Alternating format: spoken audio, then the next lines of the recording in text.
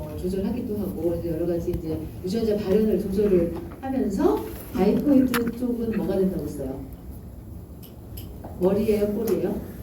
머리. 여기는 이제 꼬리가 되는 쪽으로 분화가 이루어진다라고 얘기를 했었습니다. 그래서 얘들에 의해서 이제 캐스케이드로 뭔가 유전자 발현이 조절이 되면서 이런 세그먼트가 생기고 또 세그먼트의 어떤 세부적인 또 분화에는 이런 이제 뭐 호메오틱 진, 클러스터 이런 것들이 관여를 해서 이제 머리부터 뭐 끝까지 이렇게 잘 이제 분화가 이루어지고 여기에 관련된 유전자는 뭐 고등 생물에서도 보존이 되어 있다 뭐 이런 얘기를 했었습니다.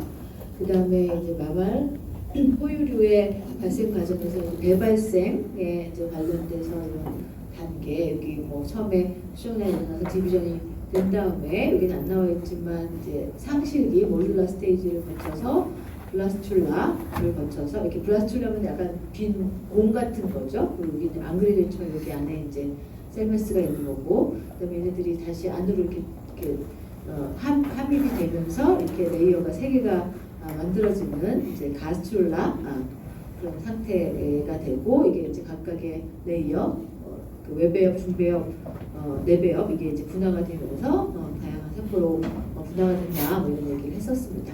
그리고 여기 요 상태가 어떤 상태였죠? 요 블라스토시스트 상태였는데 중요한 게 요 안에 거를 여러분들이 떼다가 키우면 이게 뭐라고 했어요? 배양을 하면 요 안에 이너셀메스를 배양을 하면 이게 뭐라고 했죠?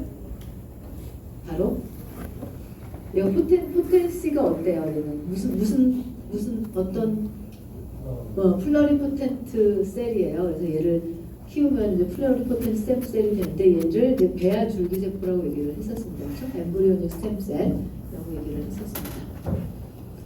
그렇고 얘기를 했었고 그다음에 이제 분화의 어떤 성분화를 얘기할 때 이제 기본적으로 이렇게 처음에 그 발생기 태아가 이제 발생하는 초창기에는 바이포텐셜 분화를 가지고 있다가 이제 하나가 퇴화가 되면서 남성 여성으로 분화가 되고 이때 가장 중요한 유전자가 Y 크로모솜에 있는 SRY라는 그런 유전자다라고 얘기를 했었습니다. 그렇죠? SRY가 있을 경우에는 이제 그 테스티스가 만들어지면서 그 다운스트림에 이제 캐스케이드로 일어나서 이제 남성으로 분화된다 이런 얘기를 했었습니다. 근데 이제 이런 것들이 이제 제대로 되어 조절이 되지 않을 때 어떤 발생할 수 있는 그런 어떤 질병이라고 하면 질병 뭐 이런 이제 문제점에 대해서 이제 마지막 슬라이드가 있는데 이거를 저 지난 시간에 못 해가지고 이제 이걸 마치도록 하겠습니다.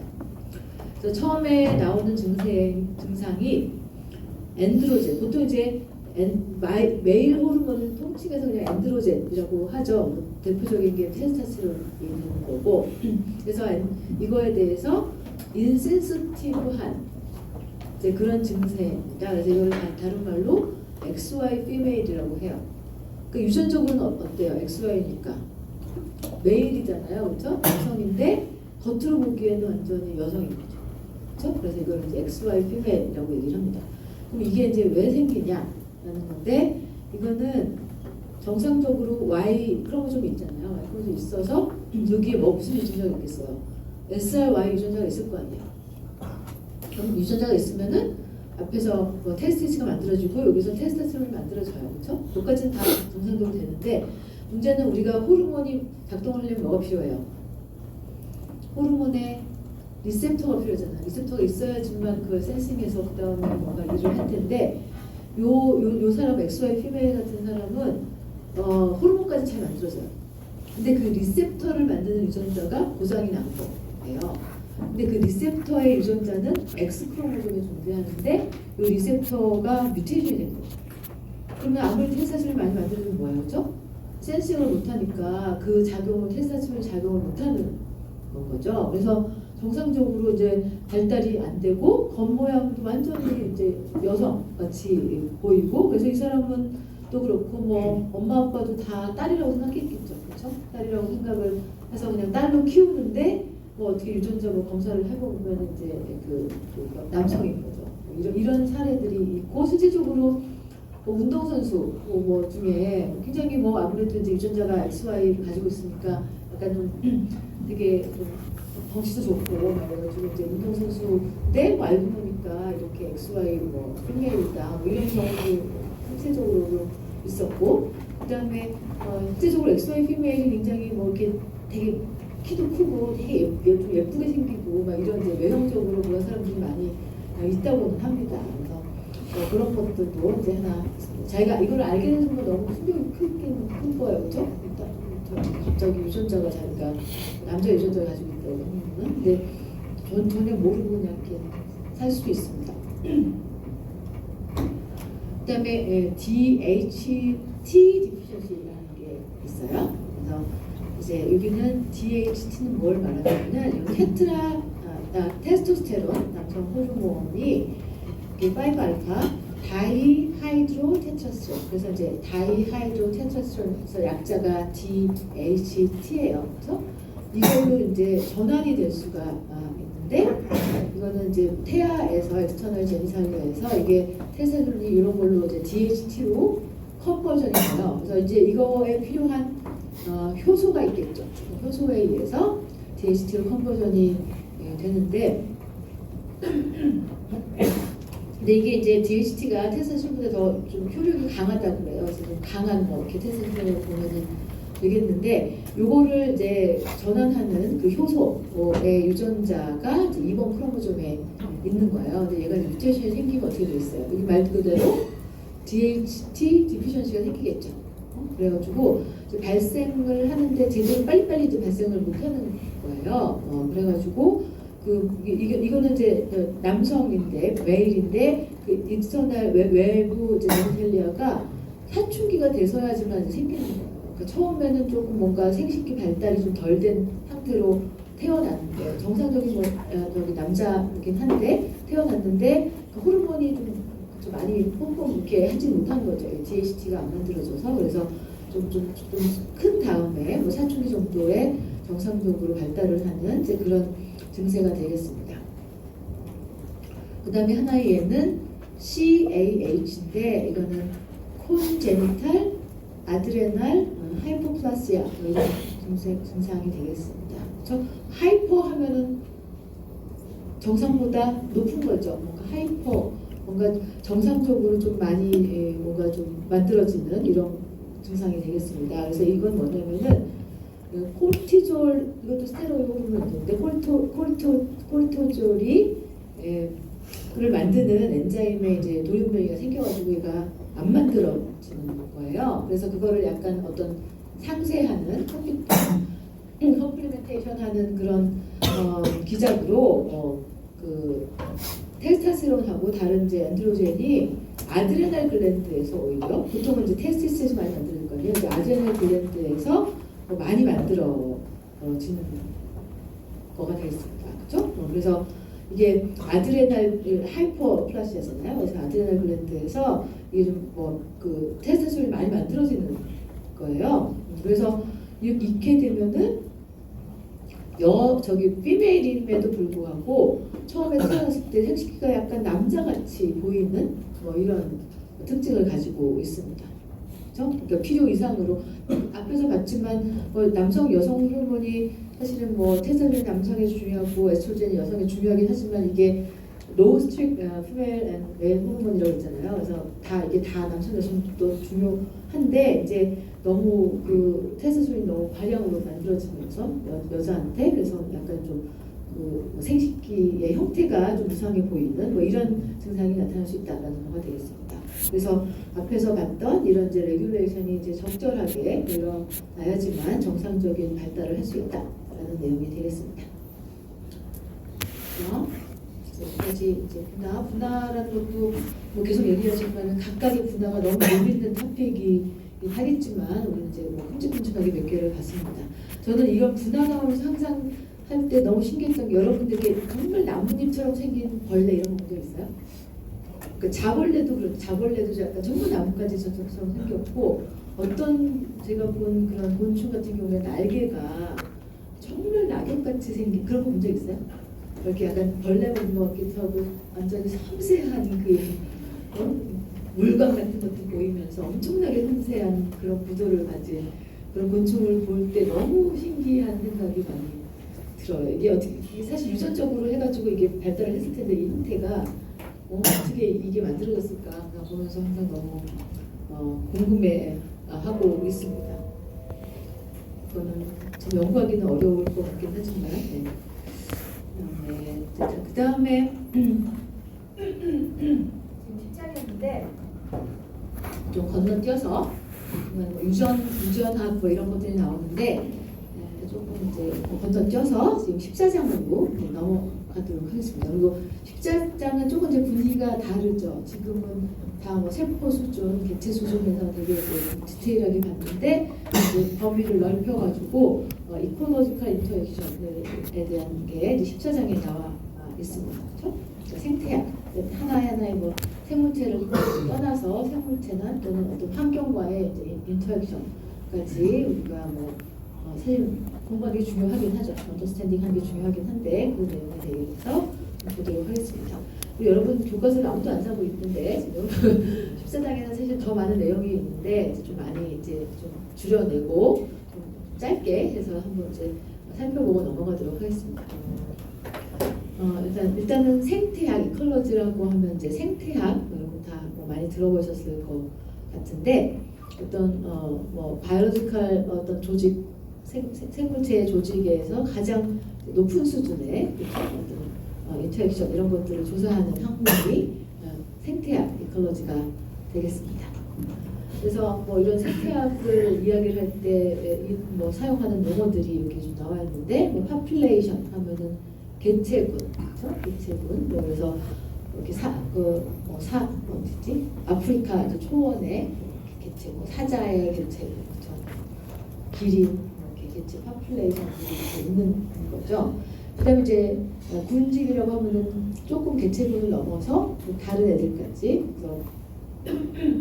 그래서 특정한 환경 아까 얘기했던 이렇게 그 아프리카 초원이라고 하면 그 환경 내에서 사자하고 기린하고 이렇게 나무하고 이런 것들 다 통칭해서 우리가 이제 커뮤니티 이제 군집이라고 얘기를 합니다. 그다음에 이제 생태계는 가장 범위가 이제 큰 거죠. 이거는 에이바이오틱 팩터, 환경적인 모임, 무생물적인 모임까지 다 이제 포함해서 우리가 이제 생태계 이렇게 얘기를 합니다. 그래서 이제 이콜로지는 이런 하나하나의 생물체, 세포 수준 이런 걸 떠나서 그렇죠? 더 넓은 어떤 인터액션을 연구하는 그런 학문이라고 보실 수가 있습니다. 그럼 여기 이제 밑에 이컬러지스트라는 게 있고 인바이러멘털리스트라는 게 있는데 두 개가 차이점이 뭐겠어요? 오랜만에 제가 목도 아프니까 질문을 해보도록 하겠습니다. 그 앞에 있는 사람들이 맨날 걸리는데 좀 순서를 많이 바꿔서 뒤로 한참 가가지고 밑에 있는 사람들 보겠습니다. 최준혁 왔나요? 최준혁 왔어요? 나는 필요부터. 윤나영 있어요? 네. 차이점이 뭘 것 같아요? 여기 이컬러지스트 라면은 한국말로 뭐겠어요?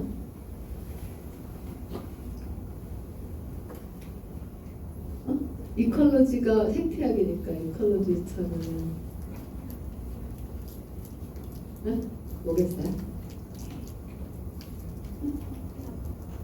지금 막 자답겠어요? 아니야. 부끄러워요? 구형모 있어. 구형모.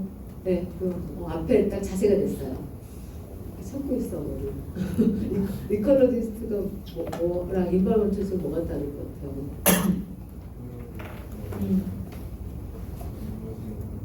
그렇죠, 네.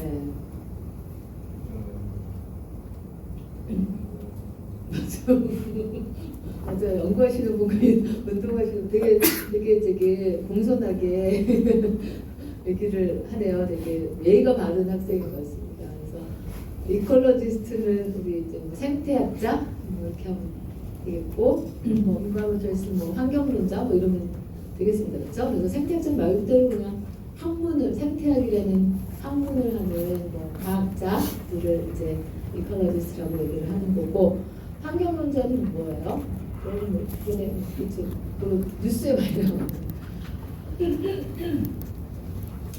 이렇게 길을 닦으려고 하면은 이건 이제 너무 여기에 길을 닦을 때 그 주변에 있는 생태계가 파괴되니까 이제 여기 하면 안 된다 뭐 이런 거 이런 주장을 많이 하는 게 이제 환경론자들이 되겠습니다. 그러니까 지구 환경을 좀 잘 보존해야 된다라는 그런 운동을 하는 그런 사람들을 이제 에버리스트라고 합니다. 그래서 약간 이제 좀 느낌이 다르긴 한 거죠. 그래서 우리 환경 보호하는 건 굉장히 이제 중요한 내용이긴 한데 또 발전도 해야 되니까 이게 약간 잘 현명하게 이제 판단을 해서 환경을 보존을 하면서 또 인간이 또 편안할 수 있도록 개발도 하고 하기는 해야 되겠죠. 이제 약간 이게 의미가 다르게 되겠습니다. 그다음에 이제 뭐 이코시스템에 대한 내용이 되겠는데, 그래서 뭐 이코시스템이라는 거는 아까 이제 오가니즘의 어떤 커뮤니티 분집이 있는데 얘네들이 전체 뭐 에너지하고 물질, 그렇죠? 물질하고 이제 연결이 되어 있는 그런 게 전체 이코시스템이 되겠습니다. 그렇죠? 그래서 이코시스템은 당연히 오가니즘, 생물체 사이의 인터액션도 있는 거죠. 아까 뭐 사자가 기린을 뭐 잡아먹고 기린은 또 뭐 풀을 먹고 뭐 이런 생물체 사이의 그런 인터액션도 있는 것뿐만 아니라 피지컬 엠바이먼트하고 인터액션도 있는 거죠. 그러니까 식물은 이산화탄소를 이렇게 그쵸? 뭐 흡수를 해가지고 산소를 발생을 하고 뭐 산소를 또 호흡을 해서 생물이 살아나가고 이것까지 다 합쳐서 사실은 이제 이코시스템을 이루고 있습니다. 생물 사이의 인터액션뿐만 아니라 환경 그런 에바이오틱 팩터하고의 이제 인터액션도 모두 포함하는 개념이 되겠고, 그다음에 이코시스템은 굉장히 이제 우리가 어디를 뭐 이렇게 디파인을 하냐에 대해서 굉장히 다양한 이코시스템을 볼 수가 있습니다. 그렇죠? 그래서 굉장히 뭐 바이올로지컬 컴포지션도 다르고. 아까 뭐 초원에는 사자가 있지만 우리 아무리 주변에 둘러봐도 어슬렁거리는 사자는 없잖아요. 그렇죠? 그래서 이제 어떤 주변에 우리가 보는 환경에 따라서 거기를 구성하고 있는 바이올로지컬 컴포지션도 다르고 그리고 뭐 에버리티 팩터도 다른 거죠. 그렇죠? 그래서 굉장히 고산지대는 산소 농도도 희박할 테고 이렇게 어떻게 보면 뭐 온도 이런 것도 영향을 미칠 수도 있고 그래서 여러 가지 다를 수가 있습니다. 그리고 우리가 어떻게 정의를 하냐에 따라서 이코시스템이 아쿠아리움, 어항도 하나의 이코시스템을 이루는 거죠. 그 내부적으로. 그렇죠? 이루고 있습니다. 그래서 그 얘기했는지 모르겠지만 저희 집에 구피를 키우고 있는데 구피를 키우고 있는데 혹시 여러분 관심 있으면 제가 언제든지 분양을 해드리도록 하겠습니다. 12마리가 수백 마리로 늘어나가지고 지금 감당이 안 되고 있어가지고 너무 증식을 잘해서 제가 너무 관리를 잘하고 있었고 증식을 이제 하고 있는데 이제 사실은 이게 끝이 보이죠. 이게 얘네들이 이제 꽉 찰 수도 있잖아요. 이게 거의 죽는 속도는 되게 느리거든요. 한 달에 한 마리 정도 죽는 것 같아요. 지금 보면 태어나는 거는 뭐 한 달에 한 몇십 마리가 태어나고 있어가지고 지금 점점 이제 빽빽해지고 있는데 어항이 그래가지고 이거를 저는 생물을 하잖아요. 생물을 하는 사람들은 생물을 되게 존중합니다. 그래서 얘기했죠. 제가 못 죽여요 생물을. 제가 죽일 수 있는 유일한 생물체는 모기하고 초파리가 있습니다. 그 외의 생물체는 못 죽여요. 저는 뭐 거미도 못 죽이고 개미도 못 죽이고 되게 못 죽이는 되게 마음이 약간 너무 이렇게 생물이잖아. 그래서 이제 못 죽이는데 이제 모기는 되게 뭐 너무 미흡게 죽일 수가 있기는 한데 그래서 얘도 구피도 어떤 사람들은 뭐 연못에 버려라 막 이런 사람도 있고 하는데 저 도대체 못 버려가지고 지금 엄청나게 증식을 하고 있는데 혹시 집에서 구피 키우고 싶으신 분들은 저한테 연락 주시면 제가 주머니에 따가지고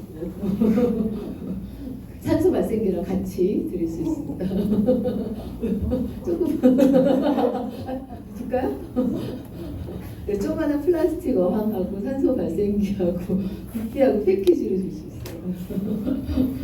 네, 그래서 하여튼 그런 뭐 에코시스템 아쿠아리움도 거기도 그런 뭐 그쵸 물고기도 있고 거기 걔네들이 뭐 배출하는 분비물도 있고 또 산소도 좀 들어올 테고 뭐 이렇게 또 거기에 이제 박테리아가 많이 살아서 좀 정화하는 박테리아가 항상 있거든요. 필터에. 그래서 이제 뭐 그런 것도 있고 그래서 그런 것들이 하나의 뭐 어떤 생태계를 형성을 하고 있고 크게는 사실은 지구도 하나의 뭐 커다란 생태계 그렇죠? 그래서 뭐 굉장히 이제 다양한 종류의 생태계가 우리가 있고 거기 구성 요소들이 다를 수가 있습니다. 그다음에 이제 공통적인 특징은 모든 생태계든 하여튼간 에너지가 들어와서 흘러가죠. 에너지는 이제 흘러가는 건데 물질은 어때요? 순환한다. 그렇죠? 뭐 이거 두 개는 많이 들어보셨을 거예요. 그래서 에너지는 한 방향으로 흐르지만 물질은 계속 이제 순환을 하고 있는 게 모든 에코시스템의 공통적인 특징이 되겠습니다.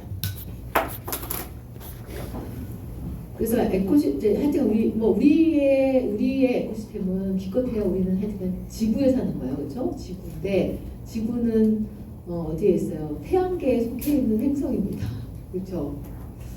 그래서 우리는 태양이 없으면 어떻게 돼요? 살 수가 없어요. 불행으로 우리가 굉장히 인간이 어떻게 보면 엄청나게 이제 훌륭한 생물체인 것 같고 이 지구상의 모든 생물체들 이렇게 다 활용을 하면서 죽이기도 하면서 막 이렇게 살고 있지만 어떻게 보면 우리는 굉장히 그냥 태양에 의존하는 아주 어떻게 보면 미약한 존재일 수도 있는 거죠, 그렇죠? 그래서 일단 이 지구 생태계가 작동을 하기 위해서는 태양 에너지를 받아들여서 그렇죠? 그 다음에 생물체가 이용할 수 있는 에너지 형태를 전달을 해야 되는데 그래서 처음에 태양 에너지를 사용하는 해서 뭔가 생산하는 그런 생물체를 우리가 이제 프라이머리 프로듀서라고 얘기를 합니다. 그래서 다른 말로 이제 오토트롭이라고 얘기를 하는 거죠, 그렇죠? 그래서 얘네들은 익스터널 에너지 소스 대표적으로 이제 그렇죠? 태양 에너지를 이용을 해서 유기물을 만들 수 있는 것을 우리가 이제 오토트롭이라고 얘기를 합니다. 지금 어떤 오토트롭 같은 경우에는 오토트롭이라고 하면은 뭐에 따라서 우리가 구분을 하는지 혹시 아세요? 오토트롭의 반대는 뭐겠어요? 대응되는 말은? 헤테로트롭이야. 그럼 뭐에 따라서 구분을 해요? 영양분이라는 표현보다는 더 좀 과학적인 에너지는 아니야. 오토트롭은 에너지는 아니고 오토헤테로를 할 때는 카본 소스, 탄소원을 CO2에서 얻으면은 우리가 오토트롭이라고 얘기합니다. 탄소원. 근데 탄소원을 뭔가 다른 유기물 이런 거에서 얻으면은 우리가 헤테로트롭이라고 얘기를 합니다. 그렇죠? 그리고 이제 아까 이제 에너지 얘기했는데 에너지원에 따라서는 어떻게 구분할 수가 있겠어요? 에너지 소스가 뭐 있어요? 여러분들은 에너지 소스가 뭐예요? 식품은 뭐예요? 유기물질은 뭐예요? 화학물질이죠, 화학물질. 그렇죠? 화학물질이잖아요. 화학물질에서부터 얻는 거는 케모트롭이고 그러면 다른 에너지원은 뭐가 있겠어요? 포토트롭, 그렇죠? 여기 저기 밖에 요즘에 너무 예쁘죠? 이렇게 햇살이 쟤네들은 그렇죠? 태양을 에너지원으로 쓰잖아, 태양빛을. 그런 것들을 이제 포토트롭이라고 얘기를 합니다. 그렇죠? 그래서 이제 포토트롭, 케모트롭 할 때는 에너지 소스를 얘기를 하고 오토트롭, 헤테트롭 할 때는 카본 소스를 얘기를 해요. 그러면 이제 식물 같은 경우에는 에너지원이 뭐죠? 빛이고 카본 소스는 CO2죠. 그럼 둘을 합하면 어떻게 되겠어요? 얘는 오토트롭이 되는 거죠. 그런 식으로 보통 생물체의 살아가는 방식을 구분을 합니다. 그러면 사람은 어떻게 되겠어요? 사람은 케모 헤테로트롭이라고 얘기를 하는 거죠. 그렇죠?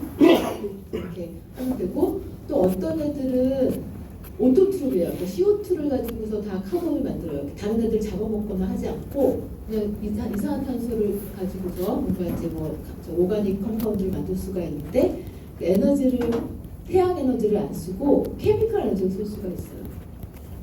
뭐 얘네들을 이렇게 뭐서 옥시전 시킨다 그럼 전자가 나올 거 아니에요. 이제 그 나온 전자를 이용을 해서 뭐 에너지원이라는 건 ATP 만드는 걸 에너지원이라고 하잖아요. 그 전자를 하면서 ATP 만들 수 있는 애들이 있어요.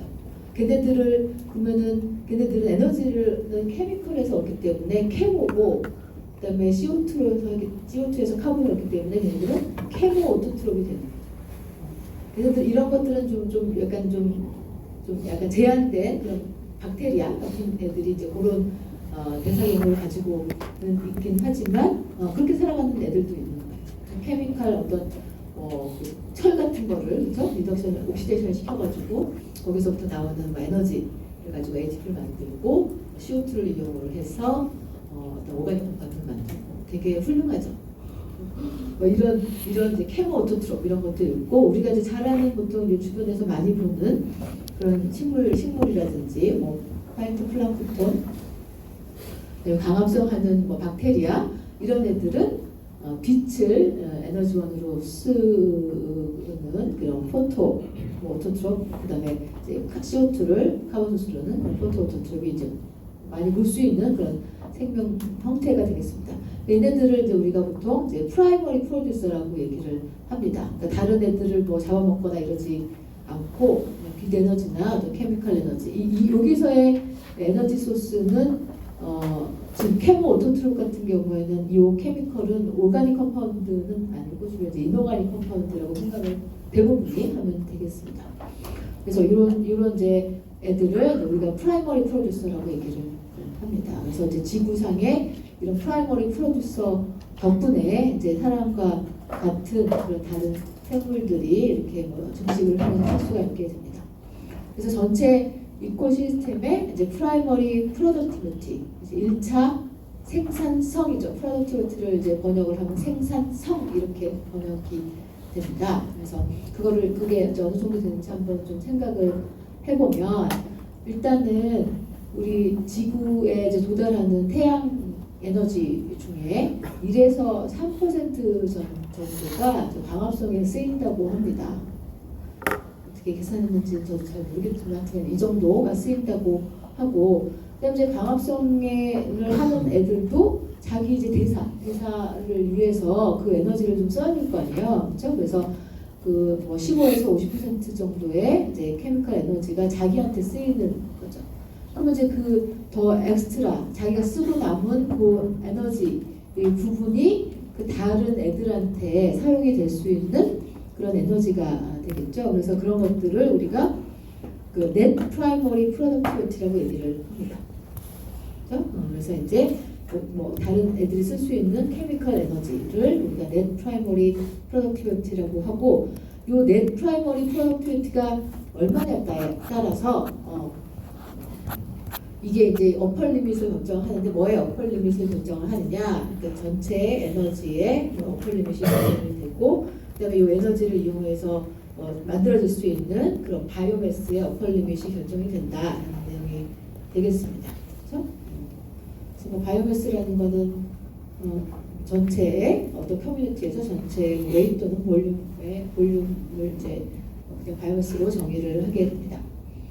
예를 들어서 이렇게 해양에 그 산호초 밭 있잖아요. 굉장히 여기에는 뭐 산호초도 있고 뭐 이렇게 여러 가지 많이 이렇게 되게 이제 광합성하는 애들도 많이 있고 막 이런 데 같은 경우에는 뭐 1년에 뭐 제곱미터당 2,500g의 바이오매스가 이제 생산이 될 수가 있는데 오픈 오션 완전 이제 중간에 광활한 그런 바다에는 아무래도 그 밀도가 좀 낮으니까 한 125g이 만들 수 있다. 뭐 이런 내용이 되겠습니다. 그러니까 프라이머리 프로듀서의 어떤 밀도, 그렇죠? 걔네들에 의해서 그 어떤 생태계의 넷 프라이머리 프로덕티비티, 바이오매스 이런 것들이 이제 결정이 된다는 내용이 되겠습니다. 어떻게 보면 뭐 당연한 뭐 같죠, 그렇죠? 그래서 뭐 굉장히 뭐 밀림 같은 경우에는 엄청나게 숲이 빽빽하니까 거기에서 생성될 수 있는 바이오매스가 굉장히 많겠지만 뭐 사막 같은 경우에는 그쵸? 주변에 뭐 식물도 하나도 없고 이럴 때는 굉장히 바이러스가 조금밖에 안 생기게 되고 뭐 당연한 내용이 되겠습니다. 그래서 하여튼 요 프라이머리 프로듀서가 굉장히 요 이제 지구 생태계의 유지에 있어서는 중요하다라는 뭐 그런 거를 생각을 하시면 될 것 같습니다.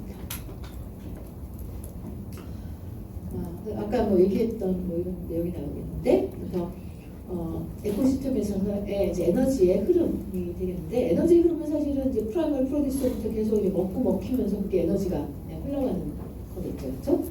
그래서 우리 아까도 얘기했지만 헤테로트롭 같은 경우에는 어떤 다른 오가니즘을 여기서는 이제 에너지 워낙에 정밀하게 아까 이제 뭐 트로픽 헤테로트롭 뭐 케모트롭 할 때는 헤테로트롭 할 때는 카본 소스로 얘기를 해요. 카본 소스로 얘기를 하는데 여기서는 뭐 에너지 소스를 얘기하는데 이건 이제 먹고 먹히는 거니까 이런 식으로 좀 뭉뚱그려서 같이 얘기를 하고 있습니다. 그래서 우리 이제 헤테로트롭 같은 경우에는 이제 다른 유기물 같은 거를 이용을 해서 자라는 거가 되겠고, 그래서 이걸 또 구분을 하자면은 컨슈머하고 디스트리티브 아워로 이제 구분을 하고 있는데, 컨슈머는 살아있는 애를 잡아먹는 애를 컨슈머라고 하고, 디스트리티브 아워는 죽어있는 애를 이제 먹는 애를 디스트리티브 아워라고 이제 구분을 하는데, 그러면 여기서 이제 우리 사람은 뭐냐?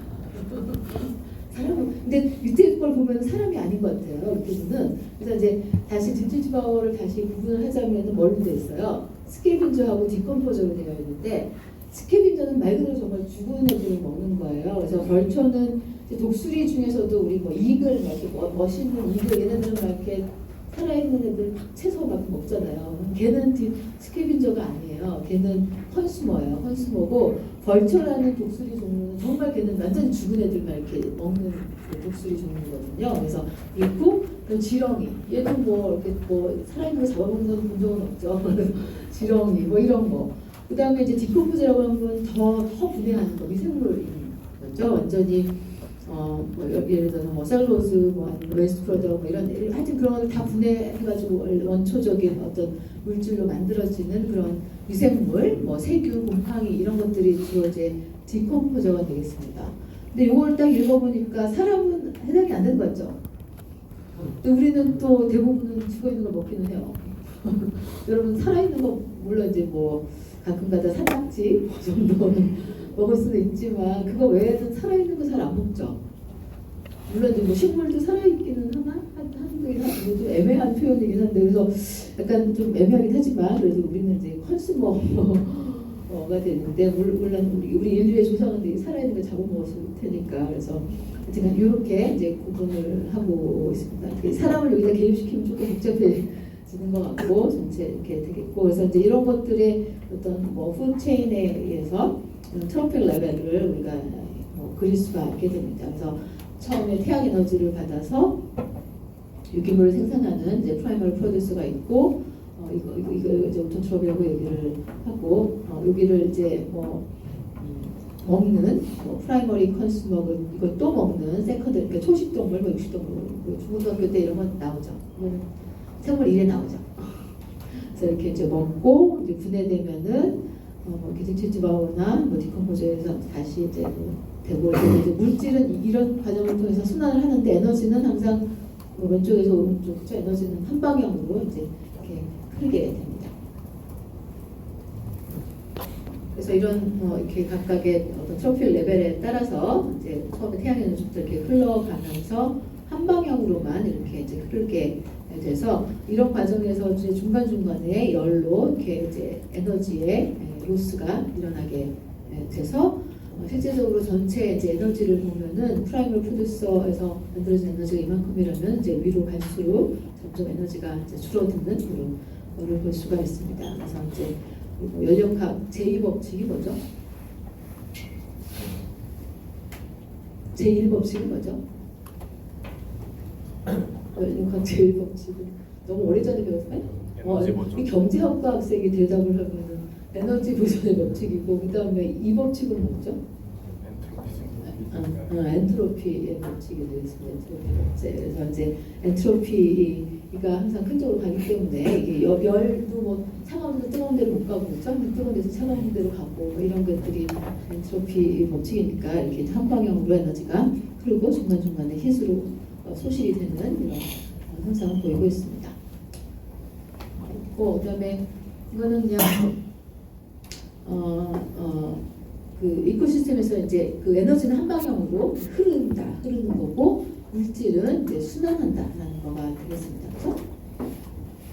근데 잘 보시면은 여기가 이제 지표의 어떤 성분이 있고 여기는 이제 생물체 성분인데 굉장히 구성 성분이 다르죠, 그렇죠? 지표에서 제일 많은 거는 옥시젠, 그다음에 생물체에서 많은 옥시젠. 이거는 뭐 같은데 지표에서 제일 그다음에 많은 거는 실리콘이에요, 그렇죠? 모래 이런 거 다 실리콘이죠. 실리콘이 많은데 우리 이제 생물체는 그다음에 많은 게 뭐예요?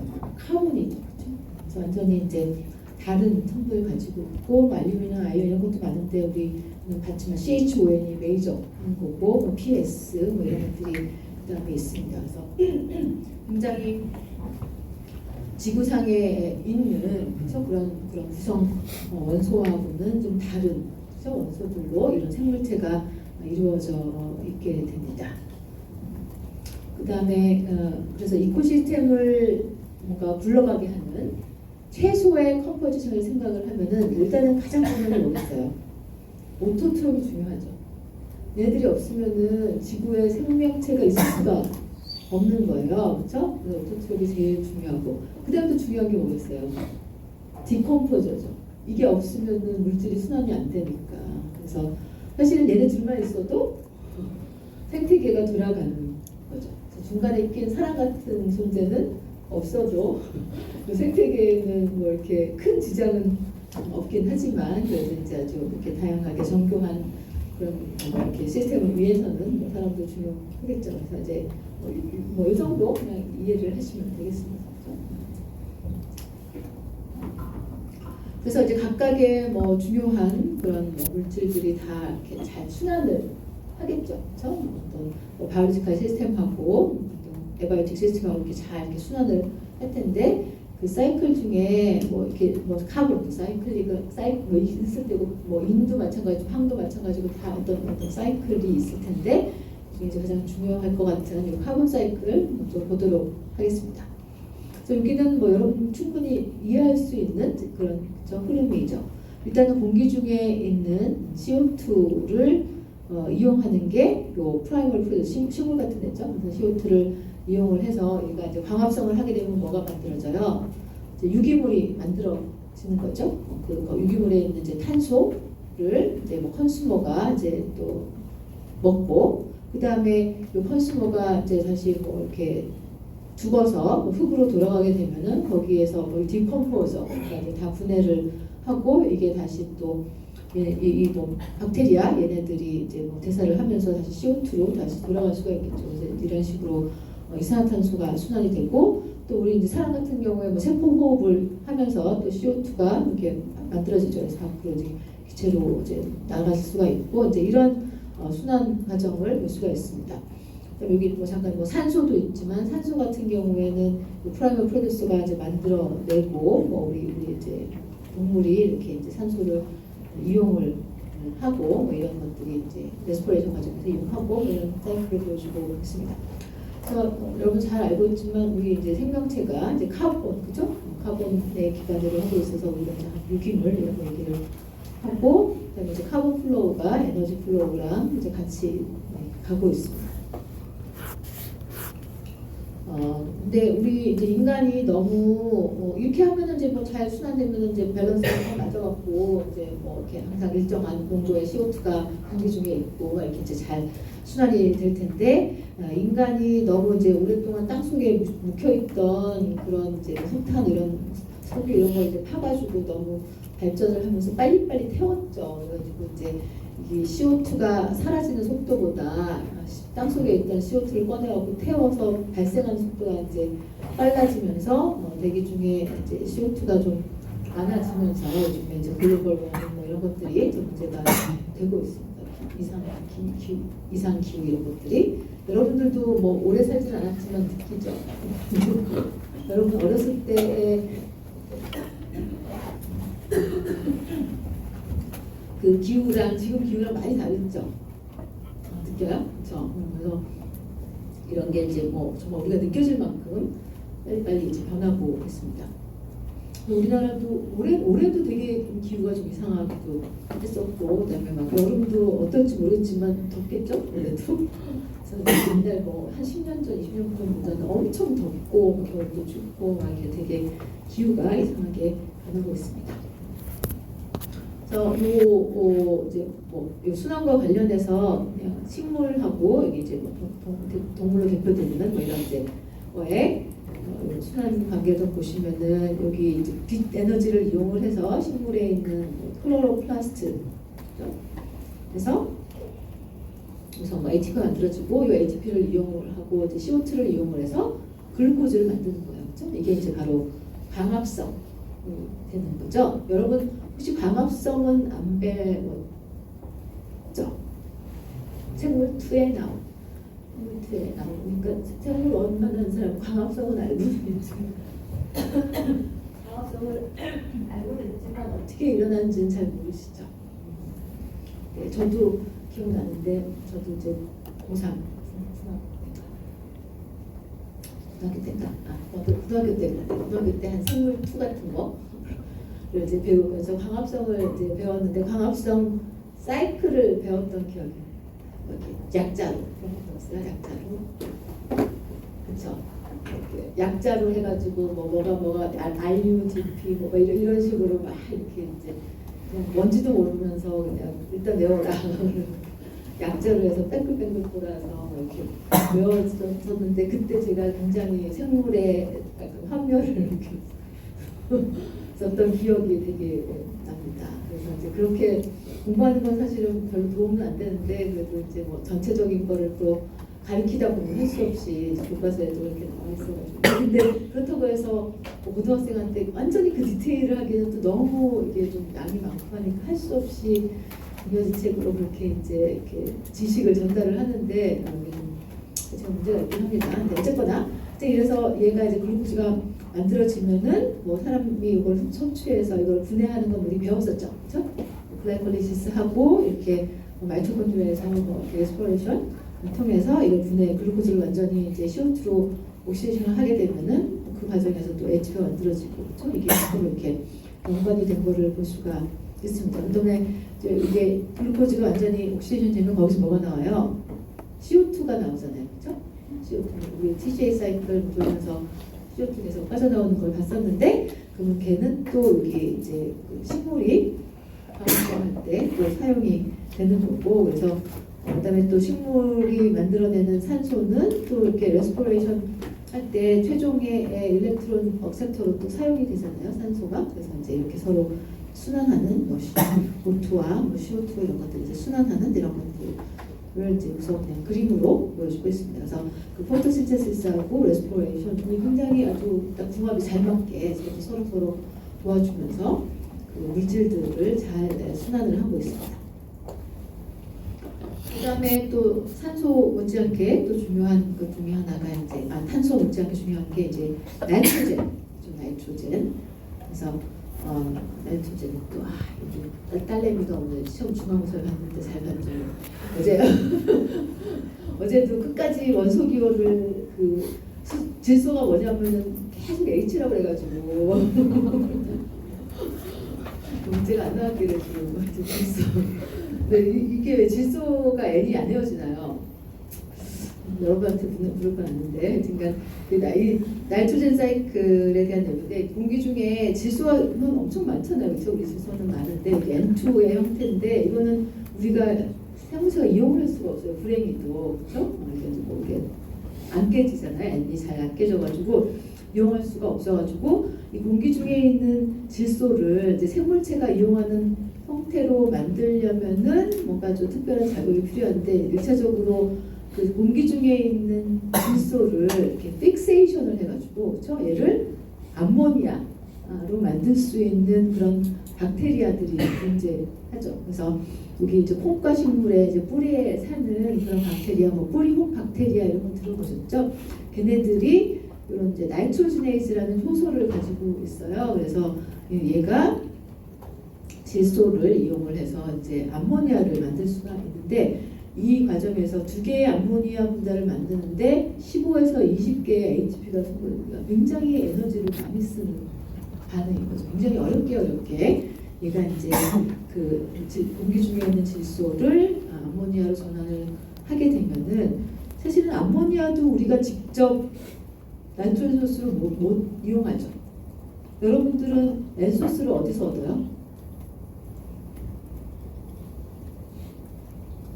단백질, 고기를 먹어야 돼요. 고기, 뭐 콩이나 그쵸? 콩이나 뭐 고기 이런 거를 먹어야지만 거기 암노산에 N이 있잖아요. 아미노산 그거를 통해서 우리가 이제 물론 이제 그걸 뭐 암노산 직접 그것도 분해가 돼서 먹긴 하는데 암모니아는 직접적으로 우리가 보면 N소스를 쓸 수가 없어요. 그렇죠? 만약에 쓸 수가 있으면 우리 화장실 가면 되죠. 화장실 가서 암모니아 가스를 마시면은 그냥 N이 그냥 우리 몸에 들어가서 뭐 사용이 될 수가 있을 텐데 그런 일은 일어나지는 않습니다. 그래서 이제 암모니아도 뭐 직접 사용할 수는 없고 그래서 이걸 이제 생물체가 사용하려면 이것도 다시 단계를 거쳐야 되는데 그래서 여기 순간 생략되어 있지만 나이트라이트, 나이트레이트 여기도 사실 틀렸죠. NO3 마이너스여야 되는데 근데 나이트레이트 이런 형태가 되면은 얘를 이제 식물 같은 애들이 이제 흡수를 해가지고 N소스로 활용을 할 수가 있습니다. 그렇죠? 그래서 이 과정을 암모니아에서 나이트레이트 가는 걸 니트리피케이션이라고 얘기를 합니다. 그래서 특정의 이제 박테리아가 이렇게 이제 변화를 시켜줄 수가 있는 거고 이제 최종적으로는 얘들이 다시 또 뭐 공기 중에 가스로 돌아가기도 하고 그다음에 얘가 뭐 디케이 되면 또 암모니아가 되기도 하고 뭐 이런 식으로 해서 이런 사이클이 존재하게 됩니다. 그래서 우리 이제 소 같은 거죠. 우리는 동물 같은 경우에는 이런 이제 식물이 만들어진 그런 N소스를 이제 섭취를 해가지고 거기서부터 거기를 분해해서 N소스를 얻게 됩니다. 그다음에 요거 나이트로젠 사이클에 대해 중에서도 아까 얘기했던 이제 그 나이트로젠 픽세이션 다시 한번 좀 살펴보면은 이 나이트로젠 픽싱 박테리아가 아까 있다고 했고 얘는 그 공기 중에 있는 질소 가스랑 수소를 합쳐서 암모니아를 만들 수가 있는데 굉장히 우리가 이제 에너지가 많이 소모되는 그런 반응이 됩니다. 그래서 이거를 할 수 있는 이제 박테리아 같은 경우에는 그 보통 홍과식물하고 심바이오시스를 하고 있어요. 그렇죠? 공생 같이 공생이라는 건 서로 돕는 거죠. 주고받고 하는 것을 이제 하고 있습니다. 그렇죠? 그래서 얘 같은 경우에 얘 식물이 좋은 점은 뭐겠어요? 식물은 막 자기 뿌리를 내주는 거예요. 그렇죠? 뿌리를 내줘가지고 그리고 식물은 또 심지어 얘가 영양분을 막 공급을 해주고 하는데 식물은 좋은 점이 뭐겠어요? 당연히 N소스, N소스를 좀 이렇게 이용할 수 있는 방향으로 이제 전환을 시켜주는 게 얘가 방향이 되겠습니다. 그다음에 그래서 N소스 서로 뮤추얼 베니핏이 있으니까 이제 서로 공생을 하는 거고. 근데 이런 사이클에서 이제 N이 좀 사라지는 거죠. 사람들이 막 이렇게 나무도 쳐내고 하면서 개간을 하고 막 이러면서 이제 N소스가 토양에서 점점 사라지니까 문제는 뭐예요? N소스가 토양이 없으면 식물이 못 자라는 거죠. 그래서 보통 어떻게 해요? 우리 농사 지을 때 비료를 찾아요.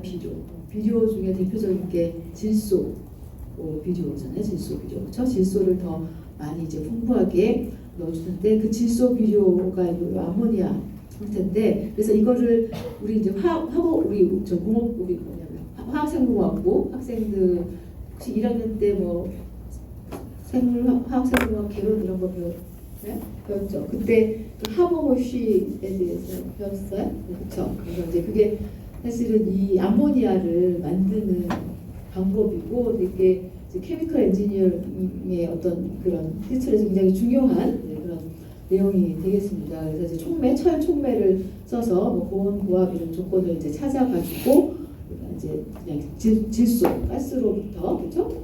하고 수소로부터 암모니아를 만들 수 있는 이제 기술을 개발을 했죠. 그래서 암모니아를 이제 만들 수가 있기 때문에 비료를 만들어갖고 이제 토양에 뿌리면서 생산성이 굉장히 이제 좋아지면서 작물이 잘 자라게 되면서 사람들이 이제 먹고 사는 게 굉장히 좋아진 거죠. 작물이 안 자라면 뭐 우리가 식량을 얻을 수가 없기 때문에 그렇죠? 그래서 굉장히 사람 인류에 많이 이제 기여를 한 그런 공법이기는 합니다. 근데 이것도 마찬가지로 굉장히 고온고압 이렇게 촉매를 써서 해야 되기 때문에 굉장히 많은 에너지를 쓰는 이제 그런 반응이 되겠습니다. 그래서 하여간 나이트로젠을 이렇게 어베러블 상태로 만드는 데는 에너지가 많이 든다는 것을 여러분들이 여기서 이제 볼 수가 있게 됩니다.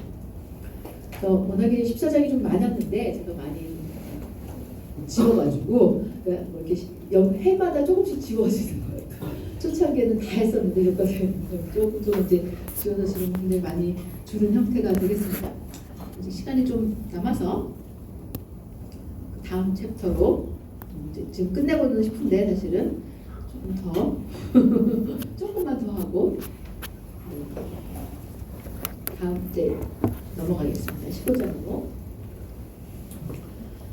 지금까지는 이제 우리 앞에 그때 완전히 한 파트가 끝난 거예요. 우리 파트 2개 있었잖아요. 처음에는 그냥 펀더멘탈한 바이올로지 파트가 있었고 이제 뒷단계는 바이오테크놀로지 파트였었잖아요. 우리 교과서의 책 제목이 바이올로지 앤 바이오테크놀로지인데 이제 바이올로지 파트를 지금 끝낸 거.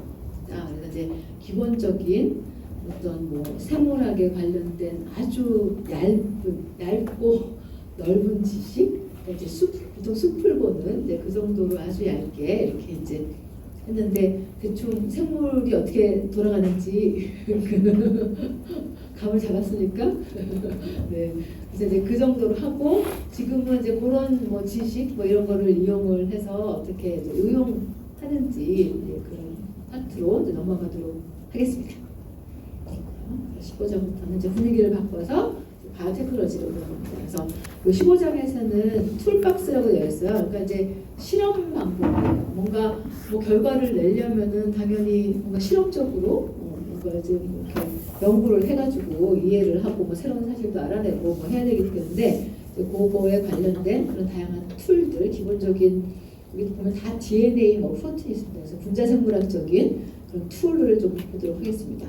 그래서 뭐 DNA 분석하는 거, 그다음에 DNA 합성하는 거, 그다음에 DNA 시퀀싱 들어봤죠? DNA 염기 서열을 읽어나가는 거, 그다음에 클로닝이라고 하면 또 이제 뭐 플라스미드 벡터에다가 유전자를 끼워 넣는 작업을 클로닝이라고 많이 하거든요. 그런 거, 그다음에 이제 프로틴 분석하는 방법 뭐 이런 것들에 대해서 보도록 하겠습니다. 이 중에서 여러분들 조금 해본 거 있어요? DNA 본 사람. DNA 눈으로 본 사람 있어요? DNA도 옮기면은 이렇게 막 옮기면 눈으로 볼 정도로 보이긴 하는데 본 사람은 없어요? 네. 여러분 저 혹시 뭐 실험 중에 뭐 전기영동 이런 실험 해봤어요? 그런 거 해봤어요? DNA 이렇게 분리해서 해봤거나 해봤군요. DNA 시퀀싱은 안 해봤어요. 합성은 DNA 합성은 해봤어요? 뭐 하면 돼요? PCR 하면 합성도 되고 뭐 여러 가지 할 수도 있고 클로닝 같은 거 혹시 뭐 실험실에 해본 사람? 클로닝? 아무도 안 해봤고 그렇습니다. 이제 뭐 한번 보겠습니다. 그래서 뭐 DNA 분석에서 가장 기본적인 게 우리 제일 첫 시간에 제조합 DNA 기술 얘기를 했었잖아요. 그게 뭐였죠? 1970년대 그렇죠? 제조합 DNA 기술. DNA를 잘라서 붙이는 그럼 제조합이 되는 거니까 이제 그 기술입니다. 그래서 이제 가장 뭐 근본이 되는 뭐 어떤 유전자를 조작하는 데 있어서 가장 근본이 되는 그 기술에 대해서 좀 보도록 하겠습니다. 그래서 일단은 잘라야 되잖아요. 그래서 이제 자르고 붙이는 그거에 대해서 보도록 하겠습니다. 이거는 뭐 우리 제조합 DNA 기술 하면서 항상 나오는 그런 내용이 되겠습니다. 그러면은 일단 잘라야 되는데 자르는 엔자임을 우리가 뭐라고 해요? 뉴클레이즈라고 얘기합니다. 그렇죠? 또 우리 저번에 뭐 레플리케이션 할 때도 나왔죠. 뉴클레이즈 뭐가 나왔어요? 엑소뉴클레이즈 나왔죠. 엑소뉴클레이즈. 얘네들 뭐 레플리케이션 할 때 그때 DNA 폴리머레이즈 1 우리 시험 문제 나왔죠. 폴리머레이즈 1이 이제 프라이머 자르기 위해서 5' to 3' 뭐 엑소뉴클레이즈 액티비티가 있다. 뭐 이런 거 있잖아요. 그래서 뉴클레이즈라고 하면은 이제 DNA, 뭐 RNA 이런 뉴클레이크 애시드를 자르는 엔자임입니다. 근데 리스트릭션 엔도뉴클레이즈라는 게 있어요. 이거 다른 말로 리스트션 엔자임을 하는데 얘는 엔도니까 뭐예요? 중간을 뚝 자르는 그런 엔자임이 되겠습니다. 그럼 그냥 엔도뉴클레이즈라고 하면 되는데 왜 굳이 리스트션이라는 표현을 썼을까요? 혹시 알아요? 한국말로도 제한 요소라고 들었죠. 제한 요소라고 하잖아요. 제한 요소. 그렇죠? 뭘 제한하는 걸까요? 뭐를 리스트션. 보통 여러분 같은 경우는 그냥 자르는 거면 절단 요소라고 하지. 그렇죠? 왜 리스트션이라는 단어를 썼을까요? 뭔가 제한한다는 거 말 그대로 제한하는 거야. 출입 금지 이런 거잖아요. 출입 금지 제한. 왜 제한이라고 표현 썼을까? 혹시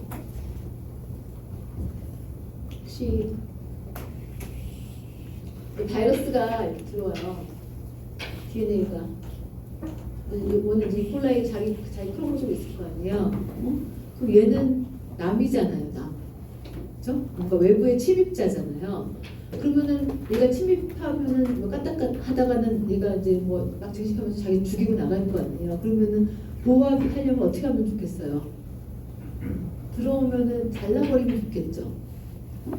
그래서 실제적으로 요 자를 때 자기 게 아니면은 자기 게 아니라는 거를 이제 인식한 다음에 외부에서 침입한 DNA를 자를 때 필요한 엔자임을 저 리스트션 엔도뉴클레이즈가 되겠습니다. 그래서 그 리스트션 제한한다는 거는 외부의 침입자 자기의 DNA가 아닌 DNA를 들어오는 걸 제한한다라는 의미에서 또 리스트션이라는 단어가 붙었습니다. 되시겠어요? 그래서 보통은 이제 뭐 여기 메틸레이션, 레플리케이션 하는 과정이 여기 뭐 자세하게는 안 배웠지만 특정한 위치에서 계속 메틸레이션이 돼요. 메틸레이션 할 때. 그래서 이콜라이 같은 경우에 뭐 GATC 뭐 이런 데는 항상 뭐 메틸레이션이 되어 있는데 외부에서 들어온 DNA는 거기 메틸레이션이 안 돼 있을 거 아니에요. 그러면서 거기를 이제 자르는 거죠. 자기는 보호하고. 그래서 그런 이제 이런 시스템을 리스트션 앤 모디피케이션 시스템이라고 얘기를 하는데, 그래서 저 리스트션 단어는 이제 거기서 유래한 거다라고 이해를 하시면 되겠습니다. 일종의 면역작용 비슷한 거야. 우리 몸에서도 외부 뭐 바이러스, 박테리아 침입하면은 우리 면역계, 마크로파지 이런 것들을 잡아먹잖아요. 그렇죠? 네, 그런 거랑 비슷한 기능이라고 보시면 되겠습니다. 이미 써있네요 여기, 그렇죠? 그래서 셀러 프로텍션 메커니즘으로 써 있습니다. 그래서 인펙티드 포린 DNA를 잘라가지고 보호하기 위한 그런 이제 메커니즘이 되겠습니다. 그래서 요 다양한 뭐 미생물마다 박테리아마다 고유의 다양한 그런 리스트션 엔자임을 가지고 있어요. 그리고 걔네들이 DNA 어떤 DNA 서열을 인지하고 어떻게 자르는지 이런 거는 패턴은 다 다릅니다. 그렇지만 이제 그런 엔자임들이 어떤 특정한 패턴으로 이렇게 DNA를 자를 수가 있는 거죠. 그래서 예를 들어서 뭐 어떤 엔자임이 있는데 얘는 이제 GAATTC이지만 GAATTC 요거를 이제 인지를 여기 GAATTC를 인지를 해서 이런 식으로 이제 잘라낸 거죠 DNA를. 그렇죠? 근데 보면은 얘네들의 물론 이제 엔자임도 또 여러 타입이 있긴 하지만 우리가 보통 이런 실험에 사용하는 엔자임들이 인지하는 사이트는 보통 이렇게 펠린드로믹해요. 펠린드로믹. 그러니까 요거 앞에서 읽어보세요. 지금 많이 자고 있어가지고 큰 소리로 한번 읽어보세요. 시작. 또 부끄럽죠, 여러분들.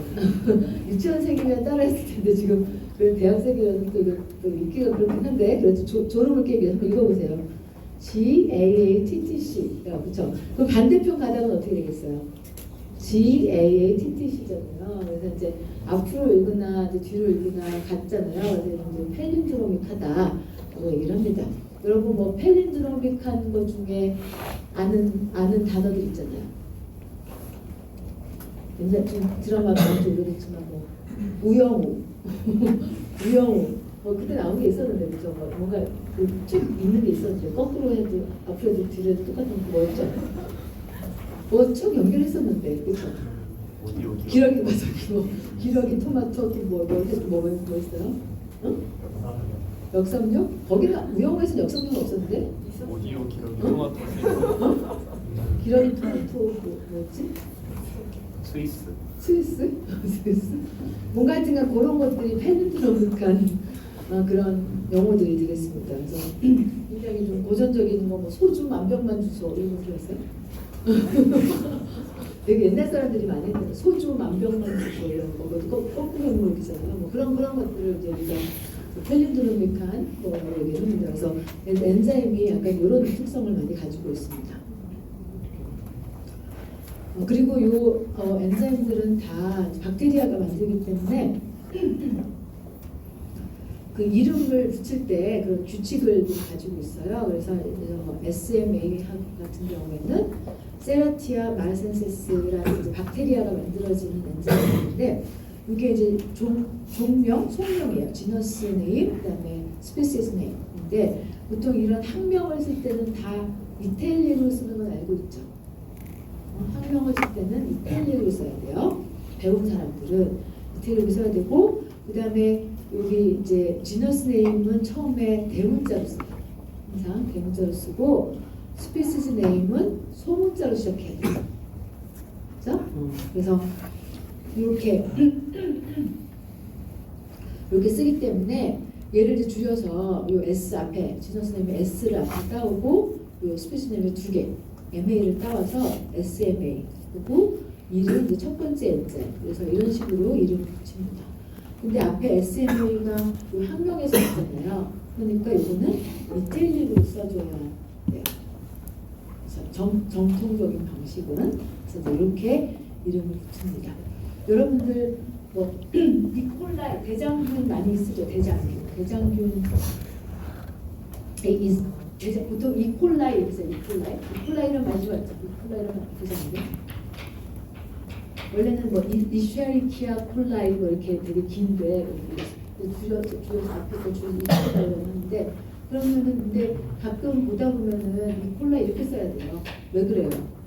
이건 대문자 써야 되고 이거는 소문자를 써야 되고 스피스는 근데 많은 사람들이 제가 사실 논문에도 이렇게 나와요. 논문을 보는데 이 콜라 이렇게 쓴 사람이 되게 많아요. 학술 논문에 이걸 딱 보면은 이 사람은 좀 그렇구나 이런 생각이 들겠죠. 그래서 이제 여러분들은 이제 나중에 뭐 이 업계에 있지 않겠지만 아는 사람도 많겠지만 혹시나 이 업계에 있게 되면은 절대로 이거를 대문자로 쓰지 마세요. 항상 소문자로. 그러면 이제 대문자를 보는 순간 일단 선입견이 생깁니다. 이 사람은 조금 좀 지식이 부족하구나. 이제 여기는 이제 뭐 헤모플러스 인플루엔자라는 얘는 인플루엔자니까 뭔가 바이러스 같지만 얘는 박테리아예요. 얘는 HIN 그다음에 여기는 이제 스트레인 병이에요. 스트레인. 그래서 얘는 노멀 폰트로 썼어요, 그렇죠? 얘는 학명이 아니기 때문에 그다음에 뭐 이런 식으로 이제 규칙이 있습니다. 이런 규칙대로 여러분들이 이제 쓰면 됩니다. 그다음에 그 얘네들이 이제 잘랐을 때 이제 여기서 이코아론이라는 거 딱 보니까 얘는 이콜라이가 만든 그렇죠? 엔자임인 거 맞잖아요. 얘는 GAT6를 이제 인지를 하게 되는데 얘는 이거를 다시 좀 잘 써보면 이렇게 되는 거죠. 그래서 여기 포스페이트 S는 슈가에 이렇게 이제 베이스가 달려 있는 이런 형태가 되는데 여기서 GAATTC를 이제 여기를 인지를 하게 되면은 요 엔자임은 여기랑 여기를 또 잘라요. 또 자르는데 여기 이제 방향이 표시가 안 되어 있는데 사실 왜 여기가 5' 쪽이고 여기가 3' 쪽이에요, 그렇죠? 여기가 똑 잘려지면은 5' 엔드에 그렇죠? 5' 엔드에 포스페이시 붙게 됩니다. 여기도 마찬가지. 여기를 똑 잘려지면 여기 5' 엔드에 포스페이시 붙어요, 그렇죠? 그래서 그 엔자임으로 자르면 DNA를 자르면 포스페이시 5' 엔드에 붙는다. 이건 알고 계시는 게 좋겠습니다. 그렇죠? 그래서 5' 포스페이트, 3' 하이수를 붙고 그다음에 얘네들이 잘라질 때 얘 같은 경우에는 이렇게 잘라졌기 때문에 이제 잘라지는 걸 보면은 싱글 스트랜드 유전이 노출이 됐어요, 그렇죠? 근데 얘는 5' 쪽이 튀어나왔죠. 여기도 5' 튀어나왔죠. 그래서 이런 것들을 보통 5' 오버행 이렇게 이제 이름을 붙이고 프루트리딩 튀어나왔다고 해서 그러는 아니면 얘네들이 그냥 베이스를 가지고 있기 때문에 같이 뭐 베이스 페어링 하는 게 만나면 이렇게 붙을 거 아니에요. 그래서 이렇게 스티키 엔드 이런 표현을 씁니다. 되시겠죠? 얘 같은 경우에는 힌드2라는 엔자임인데 얘는 GTTALC를 인지하는데 얘는 여기 뚝 잘라요. 중간 뚝 자르는데 얘도 마찬가지로 5'의 포스페이지 분모는 똑같은데 얘는 싱글 스랜드 이전에 있어요? 없어요? 없죠. 얘는 그래서 블런트 엔드 클리비지라고 얘기를 합니다. 엔자임마다 이게 이제 패턴이 다른 거죠. 그래서 하나 또 안 나와있네. 다른 어떤 엔자임 같은 경우에는 반대로 이렇게 스티키 엔드로 자르는데 3'이 더 튀어나오게 자르는 엔자임도 있어요. 반대로. 그래서 이제 그 경우에는 뭐 여기 이렇게 자르겠죠. 그래서 그런 엔자임도 있고 그 엔자임마다 패턴이 다르다라고 이해를 하시면 되겠습니다. 그래서 지금 여기까지만 하면 될 것 같은데, 그래서 코에시브 엔드가 이렇게 5'으로 오버행하는 게 이제 메이저하다. 라는 거 아까 얘기했지만 이렇게 3', 그렇죠? 3'으로 이렇게 튀어나오게 자르는 엔자임도 있고 블러드 엔드로 자르는 엔자임도 있다. 이렇게 이해를 하시면 되겠습니다. 이렇게 이런 패턴이 자르는 패턴을 가지고 있습니다. 자, 오늘 여기까지 할게요.